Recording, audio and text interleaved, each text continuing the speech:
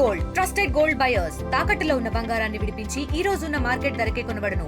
మరిన్ని వివరాలకు సంప్రదించండి 77107720. దూస్గామ గ్రామంలో ఎవరికి కూడా మరి పక్కా ఇల్లు లేకుండా ఉండకూడదు. 100% అందరికీ ఇల్లు ఇస్తాం. ఇల్లు ఇవ్వడానికి కూడా అర్హత ఉండాలి. దాని ఒక గైడ్ లైన్స్ ఉన్నాయి. దాంట్లో ఎవరికైతే 5 ఎకరాల కంటే తక్కువ ఉంటుందో, ఎవరికైతే స్లాబ్ ఇల్లు ఉండదో, మరి ఎవరికైతే మరి కారు కానీ వెహికల్ కానీ ఇంకా ఉండదో, మరి ఎవరికైతే ప్రభుత్వ ఉద్యోగం, ఇవన్నీ గైడ్ లైన్స్ని ఎవరైతే మీరు అర్హులు ఉన్నారో అర్హులందరికీ కూడా 100% అందరికీ ఇల్లు వస్తే దాంట్లో ఏం అనుమానం లేదు. కాంగ్రెస్ పార్టీ మాట అంటే మాట. ఇవాళ ఇండ్లు ఇచ్చినాం. ఇవాళ 3500 ఇండ్లు మన నియోజకవర్గంలో స్టార్ట్ అయ్యి. మీకు అందరు కూడా తెలుసు, ప్రతి సోమవారం ప్రభుత్వం పైసలు రెడీ పెట్టింది. మీ గ్రోత్ ఎట్లా ఉంటుందో, మరి ఫౌండేషన్ పునాదులు వేసినప్పుడు 1 లక్ష రూపాయలు, స్లాబ్ పోసుకున్న ఇంకొక 1 లక్ష రూపాయలు, మరి గోడలు అయిపోయి కిటికీలను పెట్టుకున్న ఇంకొక 1 లక్ష రూపాయలు, ఇట్లా విడతల వారిగా మొత్తం 5 లక్షల రూపాయలు మీకు ఇస్తారు.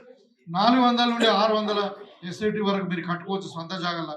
ఇక అనుమానం వస్తే ఇప్పుడు చాలా మందికి మరి జాగా లేని వాళ్ళ పరిస్థితి ఏందని, తప్పకుండా 2వ విడత మీకు ఎవరికైతే జాగా లేదో, ఎంతమంది ఉండని మన దూసుకంలో 50 మంది ఉండని, 100 మంది ఉండని, 2 కాదు 5 ఎకరాలను కానీ మీకు కొని 75 గజాల కాడికి మీకు మరి ప్లాట్లు ఇచ్చే దాంట్లో కూడా 5 లక్షల రూపాయలతో ఇల్లు కట్టిస్తామని చెప్పి ఈ సందర్భంగా తెలియజేస్తా ఉన్నాం.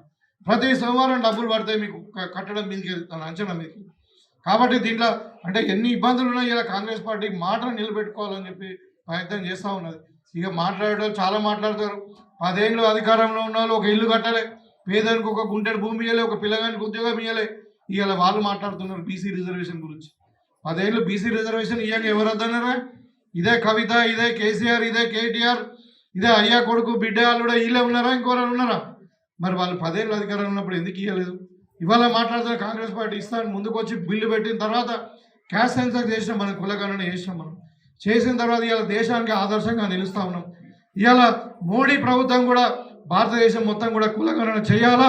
మరి కులగణన అంటే ఒక కులమే కాదు, ఆ కులంలో జనాభా ఎంత ఉన్నది, మరి ఆ కులంలో ఎంతమంది చదువుకున్న వాళ్ళు ఉన్నారు, మరి ఎంతమందికి అలా భూములు ఉన్నాయి, ఎంతమందికి ఉద్యోగాలు ఉన్నాయి, మళ్ళీ ఆర్థిక స్థితిగతులు ఏంది, అలా రాజకీయంగా కూడా ఎంతవరకు వాళ్ళు రాణిస్తున్నారు, ఇవన్నీ కూడా స్టడీ చేయడానికి ఒక సమగ్ర కుటుంబ సర్వే, సమగ్ర కుల సర్వే జరిగింది.